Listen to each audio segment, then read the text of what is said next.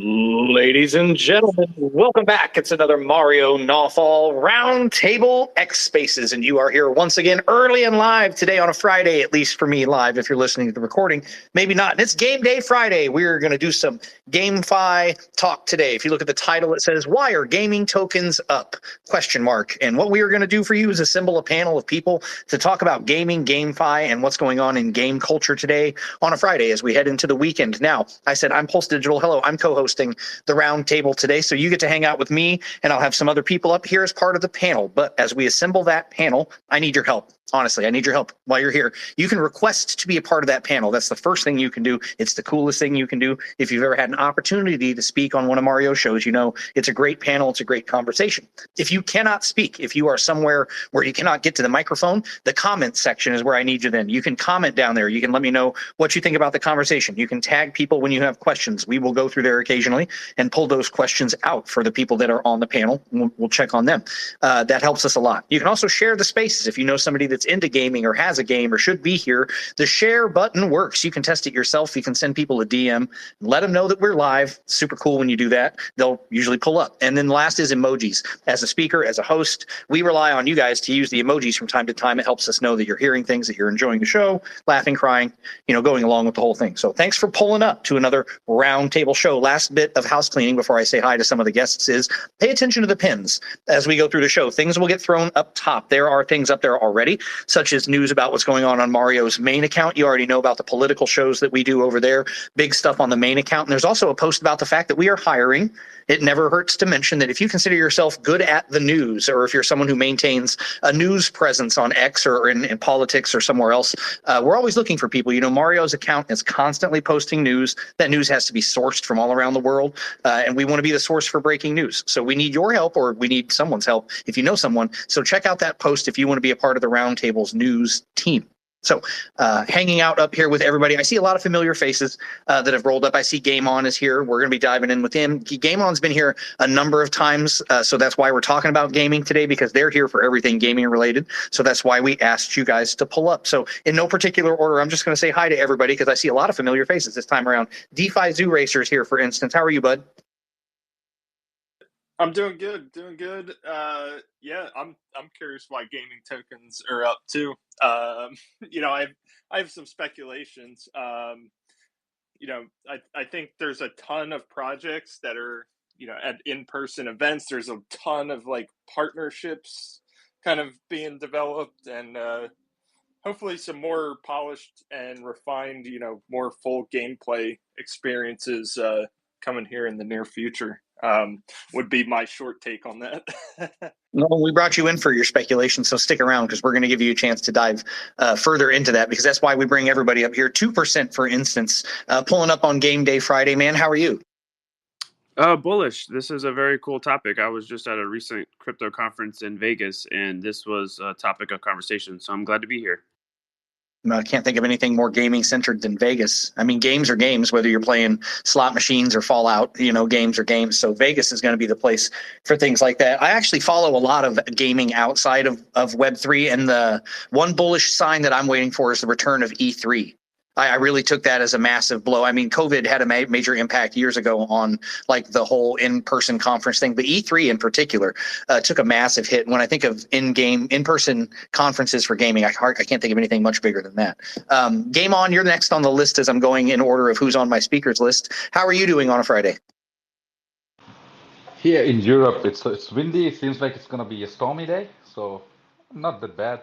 And DeFi Zoo Racer, I don't think you yet know the one behind the profile. So it's Zinti behind the profile. Trophy, it's a pleasure to speak alongside with you, David Legends, and thank you very much for inviting us for the space today. You bet, bud. David snuck up in the co-host spot on me, man. Good to see you. How are you? Hey, what's up, Pulse? What's up, everybody? Are gaming tokens up today? Honestly, look, I feel a little guilty right now. I'm paying attention to the meme coins and everything happening over there. Like, how much are we up? Like, I'm not even paying attention to my gaming tokens that I'm holding. I felt bad selling them. What's up today, Pulse? No, well, that's what we're going to check on with everybody here. We're kind of asking them what's been going on because I'm just calling it Game Day Friday. I feel like if anything, we always talk about people play games, and maybe that's just what's going on. People got bored. People aren't interested maybe in what's going on. They're done with their pump fun stuff. Tron cooled off like super quick in like 2 days. You know where games where games that I'm seeing where all the action is for games right now, it's all in Telegram. Like the Telegram mini apps, some of the big games that have all the VC funding, they're making mini apps because it's easier to build up 1 million players on Telegram than it is to bring them into a big Call of Duty Fortnite style game. And So- you're not going to get that 1 million players to all go play the game, but that's what a lot of the companies that I'm talking to are really looking at. Well, I can think of 2 reasons, and you're more of an expert on the Ton network than I am, but I also know that Telegram just recently did their update where they really overhauled the stars system for content creator rewards, and that's something that I was paying attention to because the Telegram, I feel like Telegram, I'm not utilizing it as best as I could, and with their upgrade to the stars system, you can now directly monetize your posts on Telegram. So not only are the games hot, but just I think Telegram right now is on the heels because if there is a bull run and crypto goes nuts, Telegram benefits just as much, right? Because just like Discord did with NFTs, I don't think Discord saw anything growth wise since gaming first came around. Like NFTs drove Discord. So Telegram and Telegram related games, you're absolutely right, man. I agree with that. We had still not heard from Trophy to say hello to you, Trophy. Game Day Friday, what's up? Yo, what's good? GM, everyone. Glad to be on this space. My name is Trophy. I'm a content creator. I got invited here by Zinti, and we'll be talking about GameFi. So I'm really glad to contribute to the discussion. I think GameFi is like the main deal. I don't know if you guys heard of Off the Grid. I think it's a new game that just launched on PS4 and AVAX blockchain.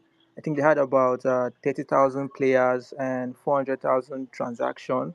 I think that's the first blockchain game that is launching on PS5. I think you guys should check it out. So yeah, thank you so much.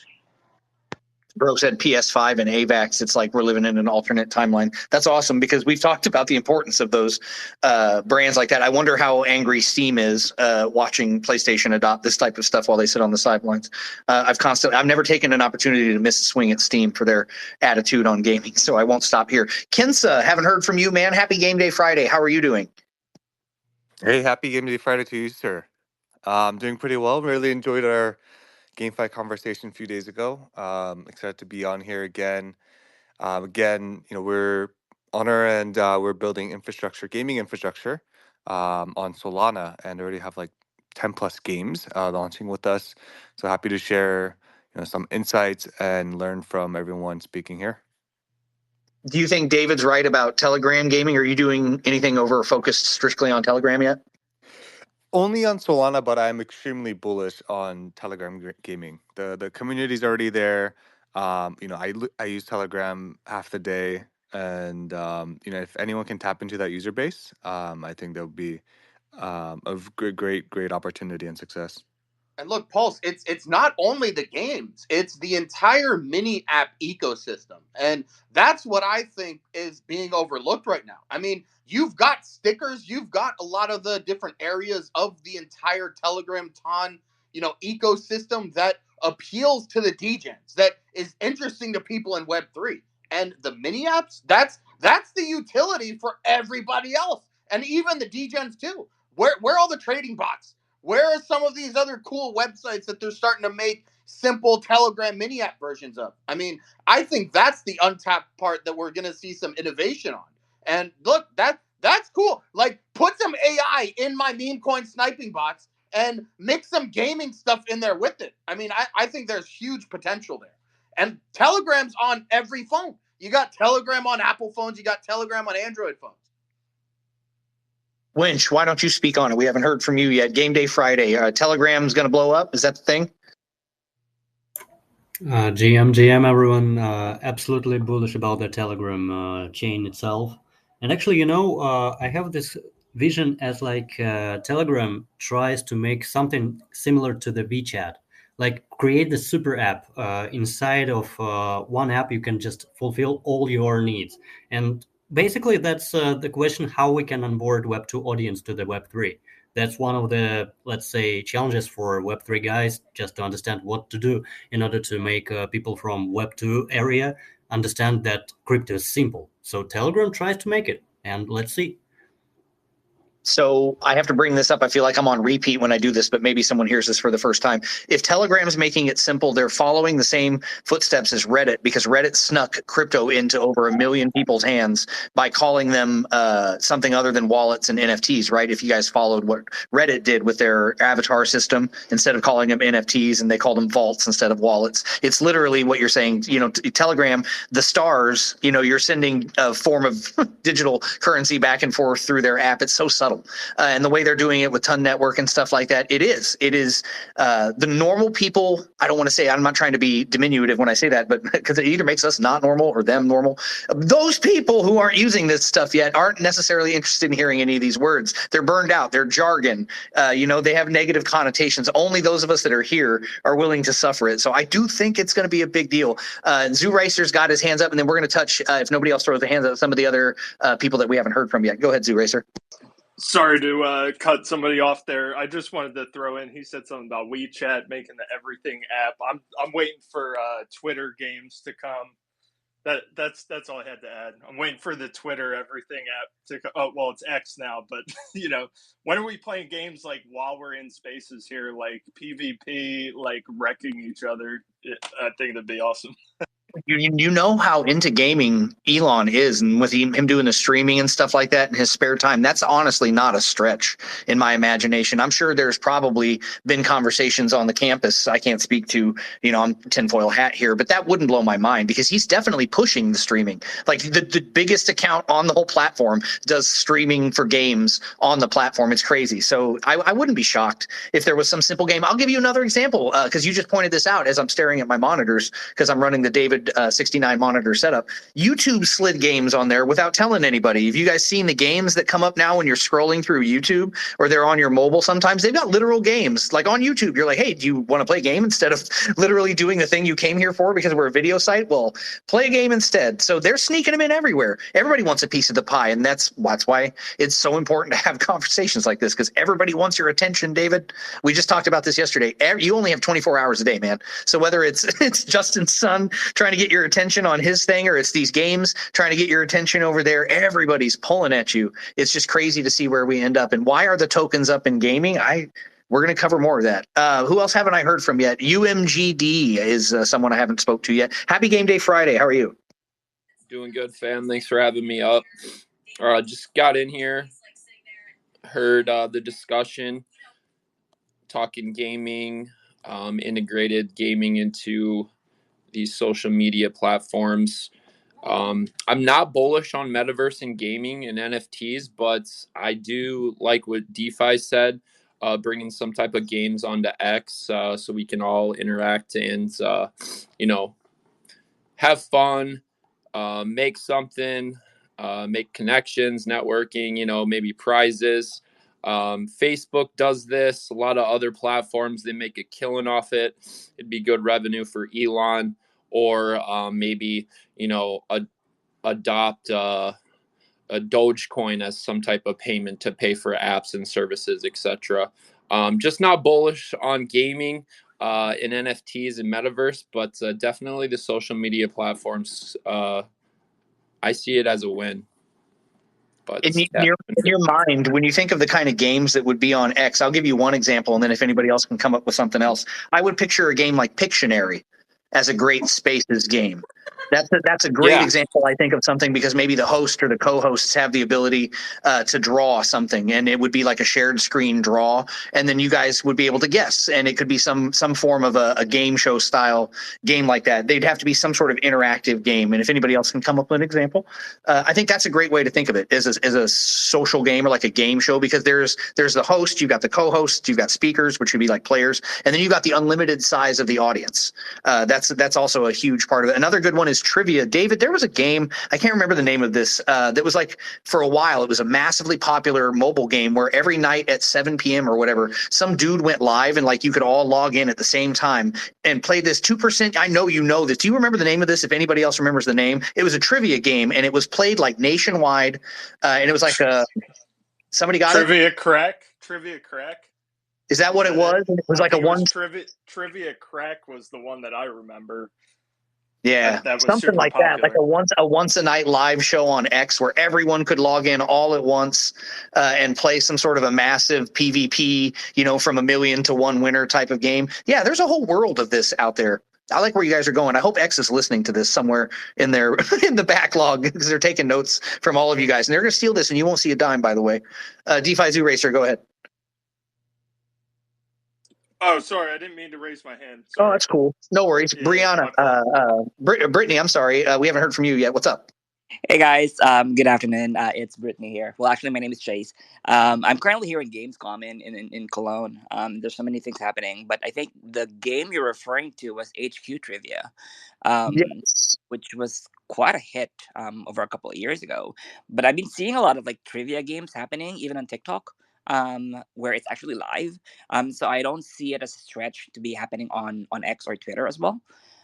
So I definitely think that could potentially happen. And as for Telegram being a super app, I think it's getting there. I think that a lot of platforms in general are competing for attention, and the best way for them to keep users in place is to actually add more conveniences into the app so that nobody leaves. And if gaming is the conduit for that, they'll do it. So I'm guessing with Telegram, given that I've also spoken to a couple of people in the ecosystem in Telegram as well, it's not just Telegram who's doing it. Like they're partnering up with a couple of folks, including a couple of people that I know of that are sort of like onboarding people onto Telegram, specifically for the purpose of games. Like even us, for example, are working on a couple of SDKs that will make it easy for our hyper casual games to get into Telegram really quickly. So I'm pretty bullish about it. I do think those ecosystems and hyper casual is the right word for that. I think that'll be a big part of it because like David and me and these people that I know that are online sometimes, throughout the day checking on these apps, sometimes casual gaming is the only option we have. UMGD had the hand first and then Trophy. Another good one I feel like that could be added would be some type of like strategy game, kind of like Clash of Clans where, there's a timer.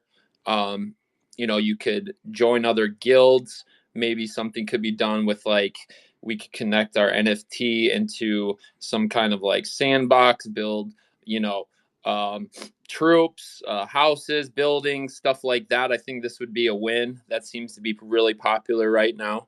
Some type of strategy game.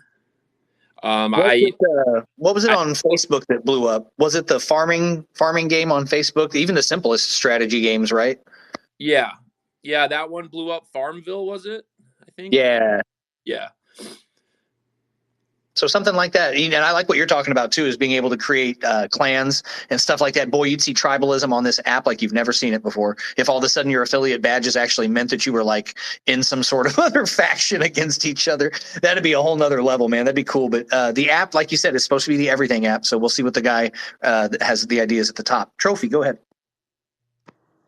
Yeah, thank you so much for your input. So I just wanted to add to what everybody was saying. I think one of the ways we can actually make GameFi go mainstream is making games that are really easy to play, just like a strategy game. I think there are a few games in Web3 who are trying to make games that are really easy to play and fun to play because once the games are very easy, once it's really nice, they have good UI, it works really well. I think that is a great way to onboard lots of users. You can take example of Web2 games like Subway Surf, Candy Crush, all those type of games. I mean, for like 5 to 7 years now, we still have a huge number of players, playing this game. And I don't know if you guys have heard of Fableborn. Fableborn is a game that launched on. They're using AVAX blockchain, but Pixon is the one who created the game. So I think the game is really cool. It's really nice, easy for everyone to play the game. So you guys can also check it out yourself if you like it. Definitely. Did you say Fableborn? Fabel, Fable, right? Yeah, Fableborn. I mean, I could pin it up here if you like, but yeah, Fableborn. That's No, that's good. I think we got it there. But thank you, though. I'll have to check it out. 2%, and then if we don't get another hand, I have another question that'll take us a different direction. Well, all I wanted to mention was that the news in the last 24 hours about Sony launching its own Ethereum L2 called Sonium, I think that might have played a little bit in just pump in blockchain games. Sony's affiliated with PlayStation, and there's been so much talk about a future Grand Theft Auto token that might be encouraging people to get exposure to other gaming projects. That's a good point. I hadn't touched on the Sony thing because I have a whole rant that I could go in on that. But it is true, just to hear the name associated with blockchain at all might be a big deal. What do you think, Brittany? Somnium, they just came out. I mean, I think I'm pretty bullish on Somnium. I did sign a couple of NDAs, so I would say like it's pretty bullish. But other than that, nothing else I can say on that. However, I think on the conversation of like embedding games into social medias like Twitter, I think you guys should also check out Farcaster as one of those like things that games could thrive at the very least. We're working on a couple of Farcaster bots wherein you can embed at least like 13 KB or below games within the timeline of Farcaster. It's still in the works. They've it's pretty early in the days, but I do think that if Twitter is also going to go into that kind of trajectory, at some point in the future, you'll be able to find casual, hyper casual games as you scroll along Twitter feed and just play it there. The only problem is file size for now, but I think that that's surmountable at some point in the future. Right. Nobody wants you to leave their app. So essentially, if you have to leave the app, they won't want you to click it at all. So it'll have to wait until it can fit right there in the in-browser window that pops up. That's a good point. So here's my question, and it's a similar subject, but in a different direction, because Game On acts as kind of an incubator, and small brands that might be building the games that we're all talking about that we want right now could be listening, or maybe we're inspiring the person. How do we get them to the point that they can do that? Because this is not free. Like, time is not free. Knowledge is hard to acquire, how to build games and stuff like that. So what does it take then to take these ideas, because we seem to all be great at ideas, but none of us have built these games. So how do we get these incubated? How do we find the people to connect with the right people to build this? I'll ask you at Game On first, because I'll probably get some hands after your answer. But the hardest part then is not ideation. Like, it's easy to come up with these ideas. How do you find a builder? How does a builder connect with someone who can incubate something like this? Normally, I think last spaces we had also, I was not really telling people who I was and all these things and how long I've been in Web3. So let me take that cover and try to, because I've been criticized a lot by people that, okay, how long you have been in crypto and all these things. But anyway, the people who doesn't know who I am, I basically started my personal career in the Web 2. It's different, definitely been doxed, but below there's a profile called Zinti. In Web 3, I started with CDFI. Basically, back in 2021, before CDFI started with their token launch, I've been with them for almost 2 years as a business development manager, onboarding games and all these things. So the biggest thing when the narrative started with Web3 gaming and all these things, we were starting to talk about a narrative where the Web3 being the biggest and the best solution for the biggest challenged people in the world who are creating games and pushing boundaries in the game in traditional world. I'm talking about entertainment, indie game studios. But later, the narrative shifted very quickly from focusing on indie game studios and solving their problem of having access to the funding and pushing the boundaries of bringing entertainment to the next level. We moved the focus to Web3, basically triple A's and public, basically the mass studios and all that in Web2. But nothing against those things. But since then, 2021 till now, how much millions and millions of dollars have been raised, and still the people who are playing games. I'm sure that Brittany, last time we were talking about, we had the same spaces, and I know that personally you are coming from the indie side and all these things. So indie game studios, we are talking not about the indie game studios who are coming on crypto Twitter and saying that they are indie studios. We are speaking about the indie game studios who have, like, for example, they have 50,000, 60,000 players who are already playing in their Discord and all these things, and Steam is basically unable to let them go forward and all this stuff. So these kind of indie game studios are the game studios we are talking about, and bringing those game studios to Web3 and allowing to solve the problem of their fundraising and all these things, but most importantly, not having their own token, but launching the game in our own game launcher, without by doing the Web 2 kind of deals like royalties and equities and the profit sharing model, because this is the best way to bring the mass adoption because on the PC games. And when it comes to Web 2, so basically the mobile optimized games, the best thing is we can do is like Trophy mentioned earlier, and we've covered it a few times also, is to allow Web 2 traditional gamers to play the game without having them to know about, okay, if the game is having NFT or blockchain, all these things, of course, they know about digital assets. Web2 gamers, traditional gamers are not unaware of the assets and buying multiple tokens and coins and all these things. If we go to every single game that exists from the early days and then 2002, when the online game started in 2005, every single game have more than 3 different kind of tokens and multiple different assets. Gamers were never complicated and confused about it. But the problem what's happening is we are unaware of, like in Web3, we are too much getting complicated and confused about tokenomics and all these things, and we are not sure how many people we are going to do the rewards and all these things and how much funding we are going to raise. And for this kind of things, we are basically bringing a solution to reward the users, the users who are actually involved in the game, the users who are building and playing the game and adding value to the gaming ecosystem, but also having our own game launcher is basically to ensure there is a higher retention in the PC game world, because in Web3 currently the PC game user acquisition stays between $10 to $25 not. DeFi Zero, you are involved very in depth in the PC gaming of Web3 because you are streaming and all these things, so you are very well aware of the user acquisition and all these things. But we did the case study. We saw user acquisition for mobile games with our streamers when we did it was 20 cents, and for PC games it's basically $1.30. And in average, according to last case studies from the NetEase and Tencent both, the user acquisition for mobile games should be less than 10 cents for sure. And then for the PC games, it should be in USA $2.30 and $1.80 for Southeast Asia. So when we are talking about the numbers, not only incubation, we are talking about per se, we are talking also about the solution of bringing gamers, because having something solid, having some big technology and all these things, but if we don't have that consumer set, we will get into the same spiral of having a dead product. It doesn't matter how good the product we are having or how fast the product runs. For example, Ethereum.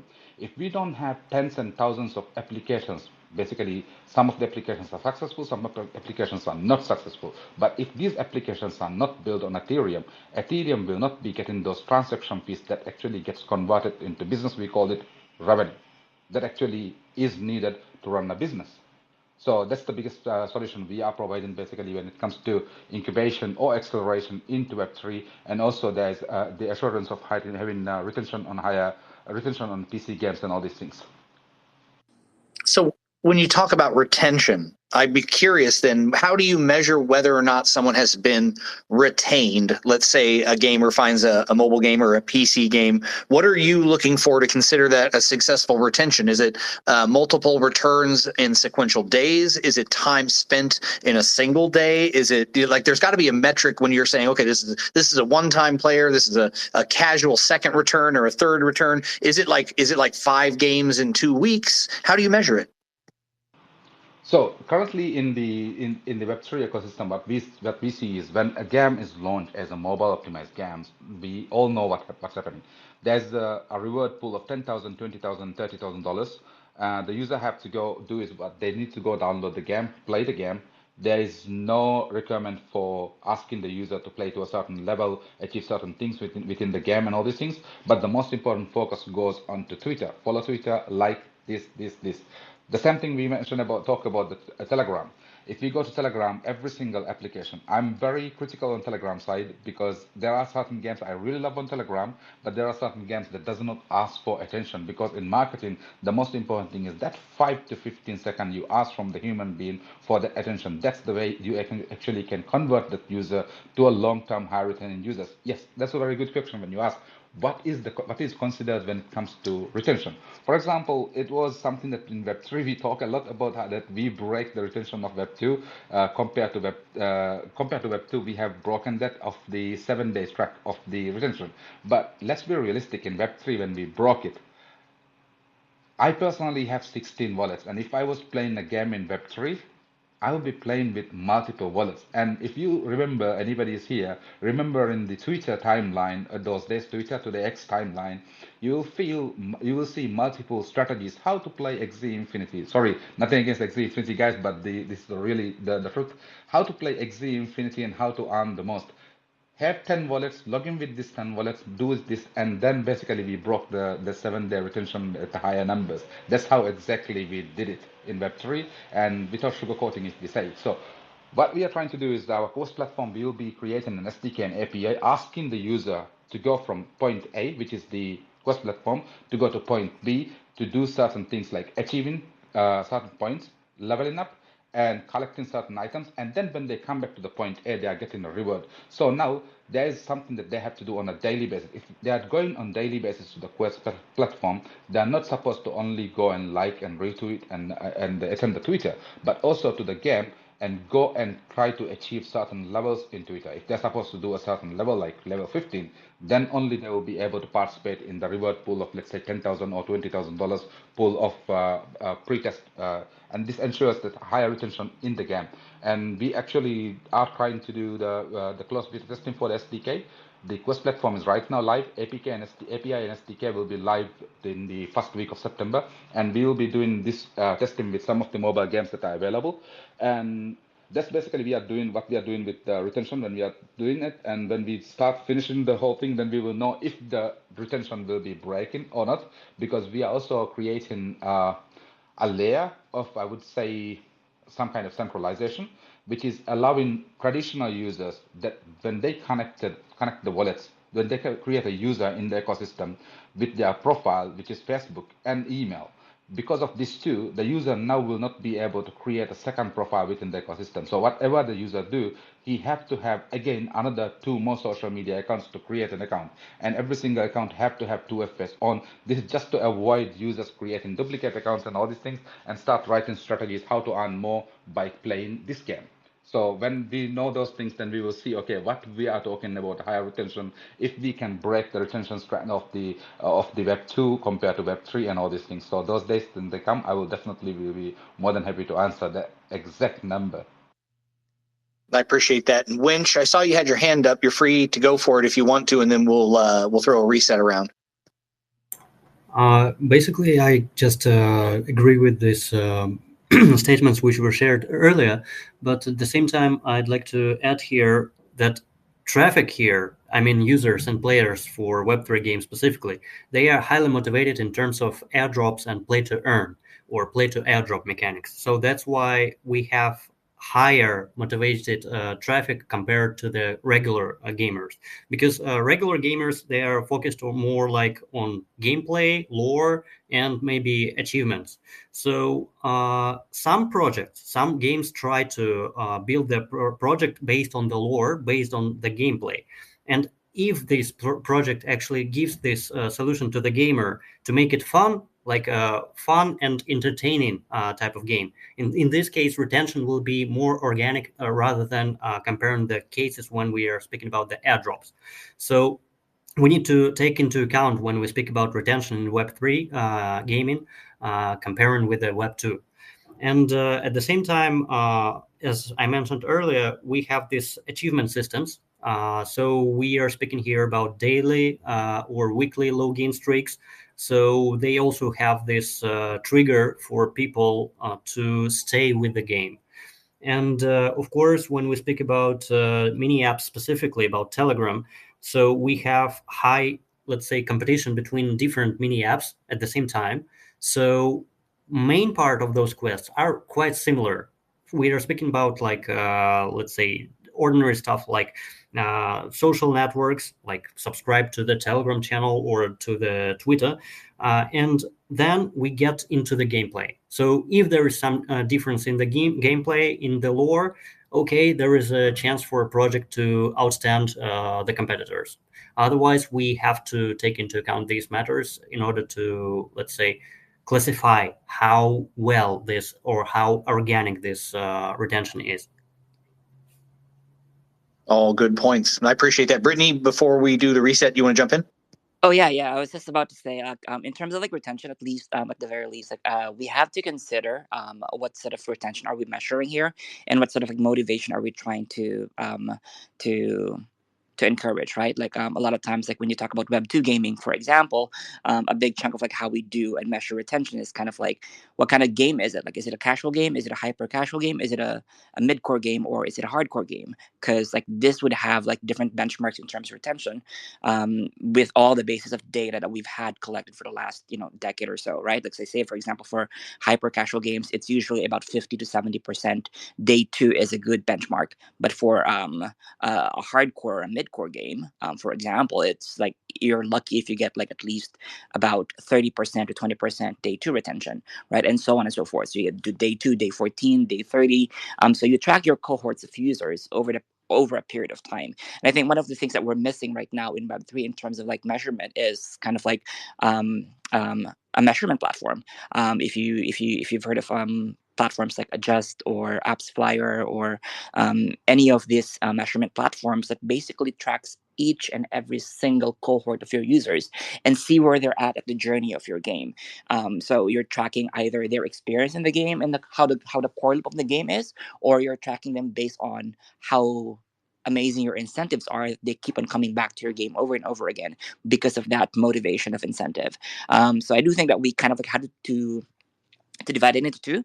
Like the main core loop is a very important measure of retention, but also kind of like how you're incentivizing them is also a good measure of retention as well. But one or the other is kind of hard to exist, just because if it's just purely incentives, at some point you're going to run out of incentives, and players will not play the game anymore because it's just that the main loop of the game is not as attractive to them as it was once. So I think it's I guess we have to go back to the fundamentals when it comes to retention, because no matter how amazing our incentives are in the game, if the game core loop is not amazing, you're still going to lose your players.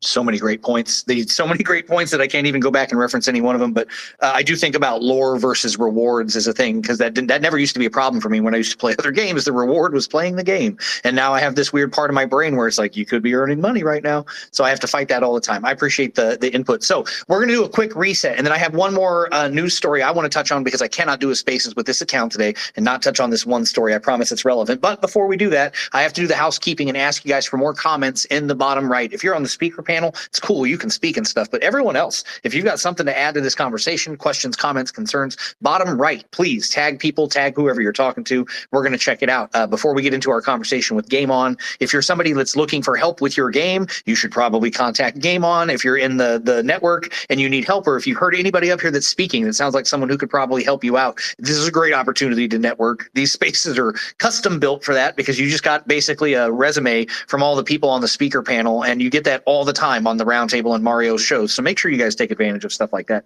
too, and make sure you keep your eyes on the pin posts as we go. Now, David, I have to talk about this. I don't know if you talked about this on the Mixie morning show earlier, because I know you were doing ton, but man, CZ's got a date for getting out of jail, and I have to mention it because I came up doing some B&B gaming. Gaming was a thing on B&B Chain, and I know that there were a lot of games over there too. So are we looking at Binance Chain to be something that you and I are going to be covering a lot more in the next 2 weeks? Okay. Oh, Pulse. I don't know, but one thing I do know is that everybody's saying when CZ gets out of jail, that is the official start of the bull run. That's what I'm waiting for. But I mean, as soon as all the attention went over to Tron, the day after people were talking about BNB, I'm not really too familiar with either ecosystem aside from a few meme coins and seeing a little bit about what's going on, because I made sure to keep track of the majority of opportunities out here. But Pulse, I think CZ is going to get out, and I think he's going to do something. And even if he's not going to do something, expect a few Tapper games on Telegram. Expect a few things happening with CZ, even if it's not CZ. I think we're going to get a CZ come home meme coin, CZ fresh out of jail meme coin. Like, there's going to be some action that day. Guaranteed. CZ season in full effect, baby. It's like pumpkin spice with more flair. Game On. That's a good one. That's a CZ good one, season. Pulse. Anybody that uses it, make sure you tag me because that's our stuff. Anything that happens on the roundtable is roundtable property. So, Game On, what do you think? B&B Chain, and I go way back with B&B Chain a minute. So, what about you? To be honest, I personally like BNB Chain because for me, a chain is more like a commodity when launching games and solutions for the gamers and all these things. But also, there are some other chains that actually zero fees that the protocol can take over the fees on behalf of the gaming and all gamers and all these things. But for us, we are focusing on EVM. Nothing against Solana. I heard one of the members. I'm sorry, but Uncle Elon is not showing me all the members who are speaking. I see DeFi Zero also as a listener. But anyway, for me, we are doing the EVM chains, and when we are doing the EVM chains, even if the fees are on ETH, for example, when on our Quest platform, if the user is winning some things on the ETH, what we do is we take the fees on behalf of the users and we pay for the fees. But when it comes to BNB and CZ, I don't know if you guys remember, but before he went into that cage, he actually was working on an educational platform for the users where there was no token integrated or anything, but it was something like similar to a mini application where the users would be able to learn about crypto and all these things. It's a gamified platform. I don't know if you are following it up, David, per se, but definitely I think he will come back, and when he come back, he will start pushing it forward again for the BNB chain, and definitely for the users in the Web3 and Web2 as well as an educational platform. I think it has a downstream effect for all the reasons that you just said, because I think he's going to want to come out and make good on what his perceived wrongs will be. So he's going to do this amnesty tour, where he's trying to like donate and plant trees and make educational content or whatever it is you got to do to make up for things these days. But I also think for people like David, who are meme coin traders and enthusiasts and stuff, there's a whole new flock of people that are going to they're going to transfer what's left of their Tron liquidity over to BNB and get wrecked by the OGs over there like they did last week too.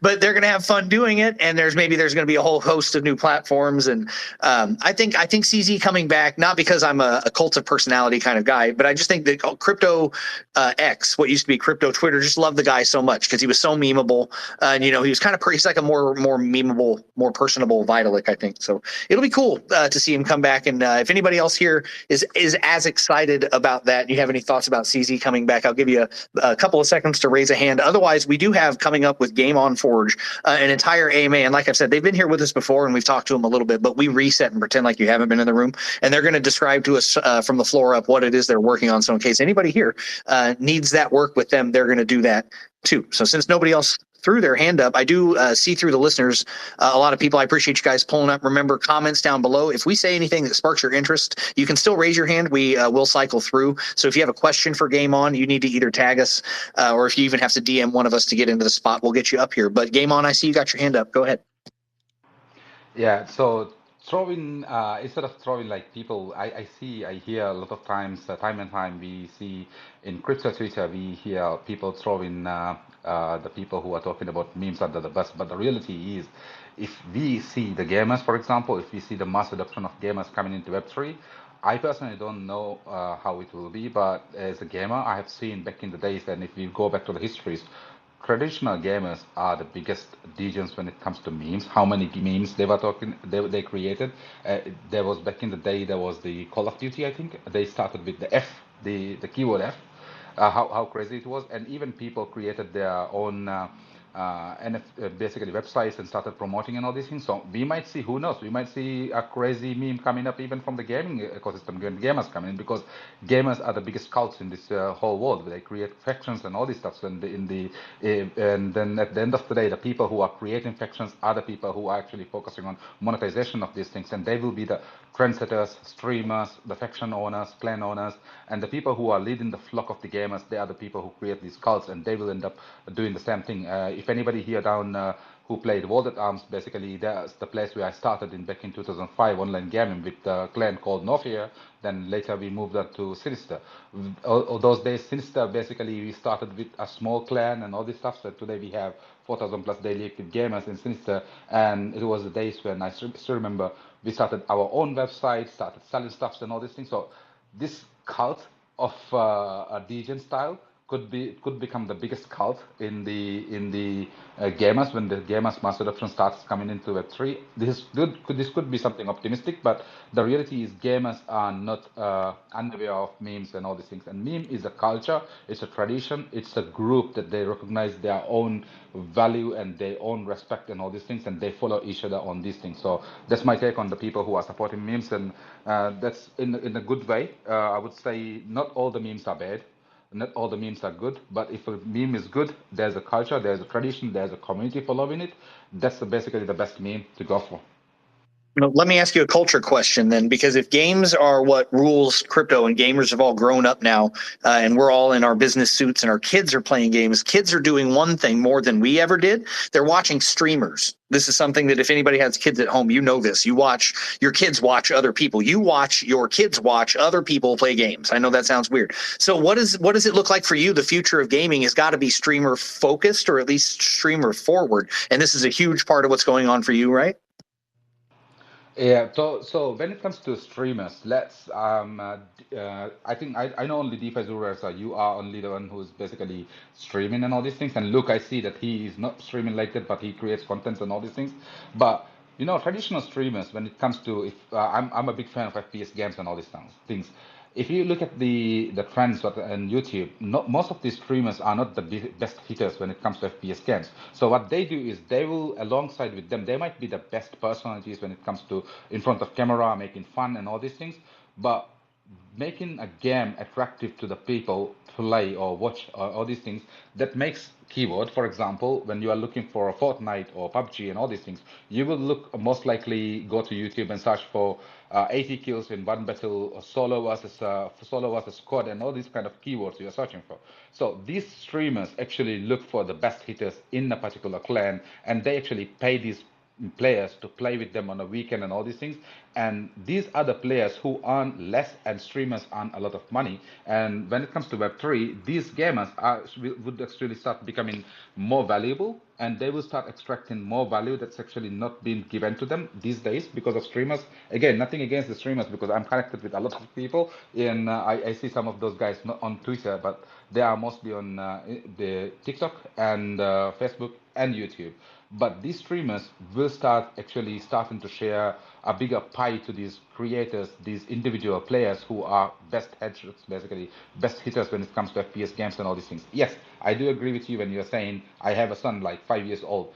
Day and night, the only thing he watches when he's at the dinner table or lunch, having lunch, he only watches Lankybox and all these things and all these stuffs. But they do is they actually watch these people to learn the tricks and all these things. For example, if you look back into the days when we were playing Sega, and if you go and search for the like the fatality code or the combo for the fatality of Sub-Zero, it was a pretty difficult days that you won't be able to find it. But if you today look for the sensitivity for your device, what particular device, for example, iPhone 15, the best sensitivity for iPhone 15 with a 4-finger claw on a mobile phone, you go to Google or you go to YouTube and search for it, you get the best sensitivity out there that you could copy, for example, from Shroud or these kind of people. They put it out there very easily that you can copy it. And these are the main reason people actually watch these streamers.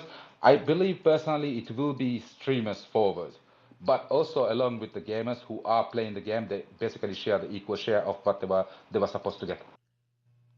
Do you think that more people are going to be getting into just feeling comfortable broadcasting, or like we've talked about a little bit here, that there might be more live gaming or just like crowd gaming? Because more and more kids, I think, this is just in my observation again, more and more kids want to be streamers. They want to be, influencers. They want to be an internet personality. If they see people doing this, they want to do this. Do you think we're just going to see a much broader market for what we consider right now? We are calling them streamers, but essentially, I mean, on-screen personalities. So we're going to see more of this in gaming as a whole then, right?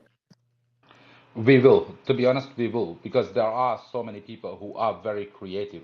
For example, in Fortnite and all these things, if you go to Instagram, there are so many people who try to show off how much creative they could be when it comes to integrating IPs in Fortnite or in Valorant and these kind of games. And when it comes to Web3, these personalities will start seeing much more opportunities for themselves to become a decentralized ecosystem where they can actually publish their own items and all these things, so they don't have to go through a centralized entity to get approval for whatever the things they do. Nothing against the big companies who are doing it, but we have seen very shitty looking integrations or IPs being integrated in a very dirty that you really don't want to own it. But since the name is there, the name is integrated because that's the reason the gamers are buying it. But while the same integration, the same IP that's been created by the person who has been basically, for example, Fortnite.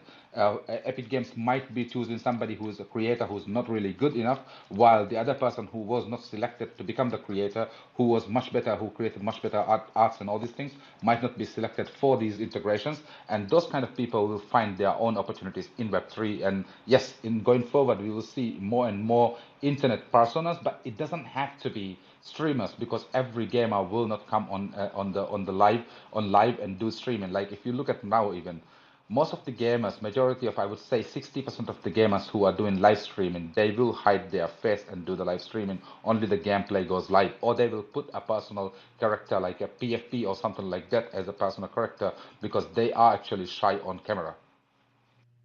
I think that's going to be huge. And I think that the continued spread, especially with AI, like you just said, if they don't want to show themselves, they're certainly going to be able to have an AI version or perhaps something that's representing them on screen that'll be able to pull off all of the interaction, the facial features and stuff like that. It's as the tech evolves, it'll be a big deal then. So you're talking about these streamers becoming decent. You said this, I'm going to reiterate this for everybody that might have missed it. He said the streamers or the people that are making this content, whether they're making maps or games on Roblox or Fortnite, might become their own decentralized entity, at which point you're kind of alluding to that maybe they could make their own content, make their own game, have their own clan, or however they wanted to spin, this community together and stuff like that. So you as a launchpad, which is what you guys are doing, what does that look like to you then? Because you're in a position then, like we talked about earlier, to kind of incubate or curate. So are you looking for people? Are you looking for projects or people to help with this? Is that what a launchpad's doing? To be honest, we are actually not only a launchpad and neither an incubator. We have a suite of solutions for games, basically Web2 games, which is indie game studios, to come into Web3. And then solution for the Web3 games that are existing without having gamers, we basically provide them user acquisition through the streamer network. The first thing is Launchpad functionality is to avoid, because I personally like to segregate things. In Web3, even including myself, I can consider myself as a high competitive gamer till I would say the year 2020. When I started working full-time in Web3, I was unable to provide that 6 hours of game time to the game that I was playing. And right now what I'm able to do is, to that particular game that I'm playing, I'm able to give maybe 1 or 2 hours a day. Usually I was giving like 6 hours or 7 hours minimum to this game. So basically that means after my work, my 9 to 5 job, I come home and stay up until midnight, 1 o'clock. That is basically Europe time. That's in Asia time, that's like even 3 o'clock, 4 o'clock in the morning. But again, when it comes to creating what we are creating our own NFT marketplace, we are creating our own Quest platform. Launchpad functionality is basically allowing the Web3 users who are investor mindset to be involved in these opportunities that we are raising. We are basically bringing in, and then the last piece that will connect all these pieces is our own game launcher. The biggest reason we don't want to start with the Launchpad is because if we start with the Launchpad, do a huge airdrop, we'll find again, if anybody is listening from the airdrop hunters, don't take me wrong, but this is a reality because you cannot run a business without focusing on revenue. And if we raise funds and all these things and drop $1 million and ask everybody, hey, look, you can get $1 million pool, you can participate in this pool and get like $5,000, $6,000, just go and download this piece of software that we've created. Now what happens is this piece of software, which is a PC launcher, being downloaded into a laptop. And this laptop will not be able to even run Valorant in a good way. I'm talking about the basic games are there, but if you cannot run these games, now the piece of software is being downloaded by somebody who will not be able to use this software. So that's the reason we are not even starting this whole thing in the airdrop and all these things. But what we are looking for is indie game studios. We are speaking with, already we have connected with 15 indie game studios who have their own gamer network. That means 50 to the lowest number of gamers we are connected with is 70,000 gamers network. That is South American Titus Gaming. And then we already signed with the Terra. They are basically, they had been developing games alongside with Krafton and all these things. They did 17 games already called Rubik Game Studio. That's Singapore. We have the same office building. We share the same office building. And but our focus is our network of streamers is one side that is focused on the user acquisition and onboarding users. But to ensure that we have a higher retention in our game launcher, what we do is we solve the problem for these indie studios. We all know the problem that indie studios are facing on the Steam. I'm not saying that we are challenging the Steam, but the reality is if you as a small indie studio who have 50,000, 60,000 monthly active users, if you launch your game on Steam, Steam won't even bother to do a promotion for you or put your game on the front page. So now what we do is we go to them and tell them, okay, look, the amount of money you are needing is $150,000 to $200,000. Now we fund you this, you bring the 70,000 gamers you have to this platform and exclusively launch your game in here without having a token. And the deal is here, integrate the Game on Forge token as a utility token for the transactions and fees and all these things. And in return, we get a royalty fee, which is in traditional world, if you are launching your game as Take-Two or for example, Ubisoft will give the similar kind of deal to you as a royalty or for example, profit sharing and all these things. But I would leave the rest for my own self because it's not always good to spill all the eggs how we're gonna do the user acquisition and all these things, but that's a part of it. Oh man, absolutely love that. I mean, we had you guys on a space before. What you're building is very cool, and I see the potential and the promise in it for the future. And that's kind of what I want to ask you about. My last question: where are you guys going to be in the next year and a half, the next 2 years? And I'm asking a year and a half, 2 years, because everybody in crypto Twitter, we're all waiting for the bull market when we don't, and we know it's not going to last forever. I want to know what you guys are going to be doing through this cycle and what you plan to be doing through the next bear market. So our focus for the next bear market when it comes this is okay. One of our biggest marketing plan actually flows into when it comes to crypto side. It could be a bear market in crypto, but that is focused on GTA 6, launching GTA 6. Basically, that's the biggest marketing campaign that would ever happen in gaming in this decade.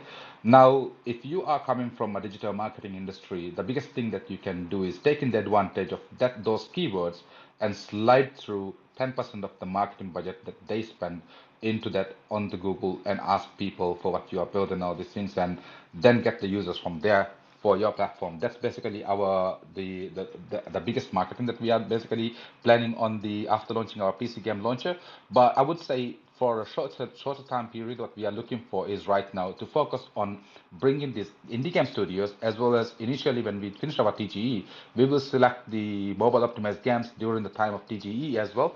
We will select 15 mobile optimized games in Web3. We already did the case studies with certain games, 4 games in Web3. We did the user acquisition of plus minus one game. They had the retention of 1,300, and the other game they had 750 user retention, because what we onboarded was all Southeast Asian, Philippines, Indonesia, Malaysia, and India, as well as Sri Lanka, Maldives combined. We onboard users, and what we did was, for one game, to be honest, we did 650,000 users. The cost was involved around $6,000. So what we are doing is basically we will select another 15 more games in Web3 that are mobile optimized, and we will showcase those games, what we can do. We will give them the KPIs, and once if we reach those KPIs, we will ask those games to advocate for us and what we did. So basically, instead of us telling what we did, we will let the game studios and the game developers to tell on the crypto Twitter what Game on Forge did for them as user acquisition, instead of doing the user acquisition Web3 ecosystem by asking our investors to become the gamers. And on the long term, I would say we will be focusing more on the gamers, and the PC games basically will be our bread and butter. The core of the basically Game on Forge ecosystem will be our game launcher, focusing on indie game studios to launch their games and basically have those games to be paying the return of investment for the investors and the people who are involved in the Game on Forge core ecosystem. This is always such a great conversation when we have you guys on here from Game On, and what I'm always left with is wondering what I can ask the audience to help you out, because normally David and I would get into this whole like, tell me about your token and stuff like that, but you're here just like pushing games, right?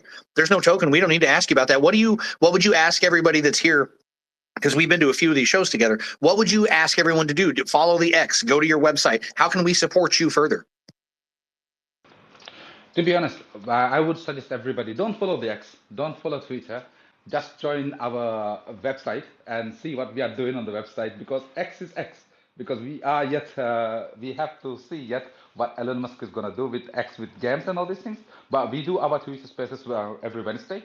There you can see that we are not talking about Gaming Forge. We are talking about multiple other projects coming in and sharing what their thoughts, builders, developers, they are sharing their thoughts and all these things every Wednesday UTC 1300 hours. If anybody from the listeners want to join that Twitter Spaces, they can basically join it. But the most important thing we need from the users is basically, if you guys are into gaming, or if you guys are investors into gaming, go and take a look at our website. We are testing now the Quest platform on the public testing since last week. Register yourself over there. And when it comes to token, we have plan to do the launching of the token, but I would say you can expect two things from Gaming Forge token. One, we will be focusing a lot on DeFi farming. That's basically focused on Web3 degens and Web3 users. And the second thing is we will be bringing in something that a lot of people are talking about, this basically sharing the royalties, sharing the revenue from the company. Whether we make $1 or $1 million, that revenue will be shared among the users who are holding the tokens of the Gaming Forge. Because if you're holding Ethereum, if you bought Ethereum for $1,000, the only way you earn money if you're holding 2 Ethereum is if the Ethereum price goes up. And if you want to do the LSD, then now you have to go and find the LSD that allows you to do a shared pool to contribute into Ethereum. While Ethereum or Binance Smart Chain or any asset that's basically in the ecosystem, what happens is basically they make thousands and millions in revenue, but none of those revenue actually is distributed to the holders. While in Web2, in traditional world, if you are holding a stock, you get something called dividend, but I'm not saying we are distributing dividends and all these things. But what I'm saying is we are actually going to be airdropping royalties to the users from the revenue, which is from the treasury every year end. Thanks.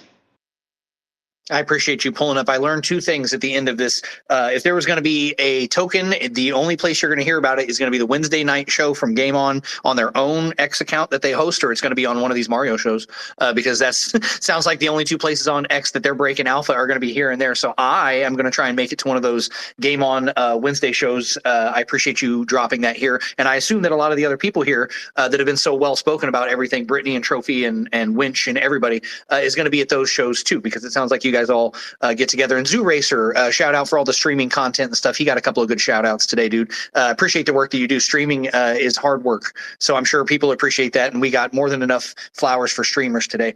David, we were wrapping up another good one, man. We had good listeners, we had good comments, we had great speakers this time around. Banger Game On Spaces again. I always enjoy Game On stuff because it's never just about one game. We get to talk about all games and stuff like that. So thanks to the roundtable for letting me pull up. Thanks to David for being my co-host. And before I go, David will mention this too, because we're all very excited about this. You guys know we're doing a show with Justin Sun on Monday, right? Which we didn't talk a lot about the Tron thing here, but David's loading up, bro. He's got PDFs and files for us, and we're all coming to bat on Monday. So follow all the stuff that Mario's putting out about the upcoming discussion with Justin Sun, about Sun Pump and that whole meta over there, because we're all very hyped about that show on Monday. Bro, I'm telling you, it's going to be like that. I don't know what to expect. I'm just excited to be there. Tuning in for that. Just excited to be there. David's as excited as anyone, though. David, why don't you tell him how excited you are, and I'll see you next time. Pulse, I am excited to be in Twitter Spaces, and I'm excited to be working in Web3 and just being able to choose to do whatever we want to do. I want to thank everybody for coming out, all the speakers for coming out, all the listeners for coming out. I hope you all have a great day, great weekend. We'll see you at the next Mario Nafal in the Roundtable Spaces. Make sure you're following Game On Forge, guys. They're doing some very cool stuff. Meme Coin Daily, 3 p.m. EST. See you all there. Have a great day and a great weekend, everybody.